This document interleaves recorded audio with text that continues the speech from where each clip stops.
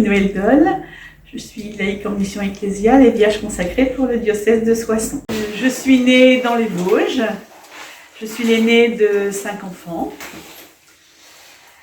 J'ai eu la chance d'aller à la messe très tôt avec mon grand-père qui m'emmenait à la tribune. Les hommes à l'époque, ils y allaient à la tribune.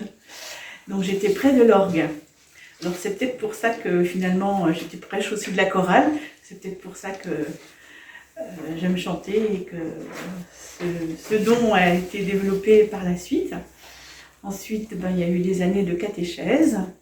Et au moment de faire ma profession de foi, dans mon cœur, c'était cette bonne nouvelle que tu as reçue pendant toutes ces années, va falloir que tu la transmettes. Donc j'avais 15 ans et donc j'ai été voir le prêtre de ma paroisse et je lui dis, voilà, dans mon cœur, il y a cet appel à transmettre la bonne nouvelle. Donc il m'a dit, ok. Donc il m'a confié un petit groupe d'enfants. Et depuis l'âge de 15 ans jusqu'à 2018, j'ai fait de la catéchèse. Ouais. Ensuite, j'ai fait partie du groupe du MRJC, qui est chrétien en milieu rural. Grâce à ce groupe, j'ai pu aller 15 jours au Sénégal. Et là, je ne suis pas revenue pareil parce que j'ai découvert un peuple qui n'avait rien, mais qui était joyeux de vivre. Et je crois que quand on vit cette expérience-là, on n'a plus le droit de râler, quoi. Dans un monde où on a tout. Voilà, je pense que ça m'a marqué. Ensuite, j'ai travaillé auprès de personnes âgées à domicile. Et puis, j'ai eu la chance de faire partie des groupes de prière du renouveau. J'avais une grande soif de connaître la parole de Dieu. Ensuite, j'ai fait des retraites en foyer de charité. Et puis un jour, je me suis dit, alors ta vie, elle va être quoi maintenant? Qu'est-ce que tu as envie de faire de ta vie? Donc j'ai regardé, je connaissais la communauté des béatitudes. Je me suis dit, peut-être que le Seigneur m'appelle là. Donc je suis allée à Cordes, à la maison mère. Là, il y avait les retraites de discernement. Puis, au bout de 5 jours, c'était pas là. C'était clair, c'était pas là.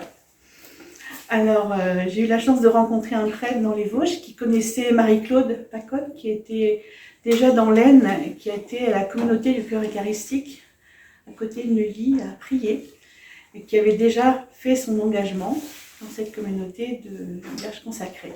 Et donc, ce prêtre m'en a parlé, il m'a dit, va voir. Donc, en janvier 1990, je suis venue dans l'Aisne. Et au bout de 15 jours dans cette communauté, je dis, ça y est, j'ai trouvé. Donc j'ai laissé mon travail. Et puis je suis arrivée le 1er juillet 90. Dans cette communauté qui avait une vocation d'accueil des pauvres, la liturgie, l'adoration, parce qu'il y avait l'adoration tous les jours, une nuit d'adoration du jeudi au vendredi.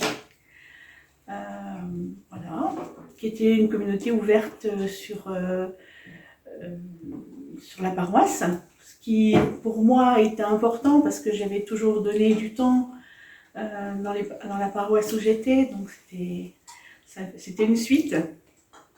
Donc j'ai fait 8 années dans cette communauté et c'était le Père Laby, notre évêque. Et là, c'était une communauté d'expérimentation sur plusieurs années. Il souhaitait que nous était proposée cette consécration des Vierges, qui me correspondait parce que c'était dans le monde, on était dans le monde malgré tout, même si on vivait une petite fraternité. C'était la vie de prière, la vie d'accueil des groupes, de retraite, donc on faisait du jardin, on faisait de la cuisine, on était avec les personnes pauvres aussi, qui étaient accueillies, les SDF ou des personnes en difficulté psychologique, puisque Jean-Claude, qui était à l'origine de cette communauté, était psychiatre. Voilà. Et puis la communauté, j'ai senti qu'à un moment donné, la communauté n'était plus... Il y avait trop de mélange entre psy et spi, et je ne trouvais plus ma place. Donc j'ai demandé à quitter.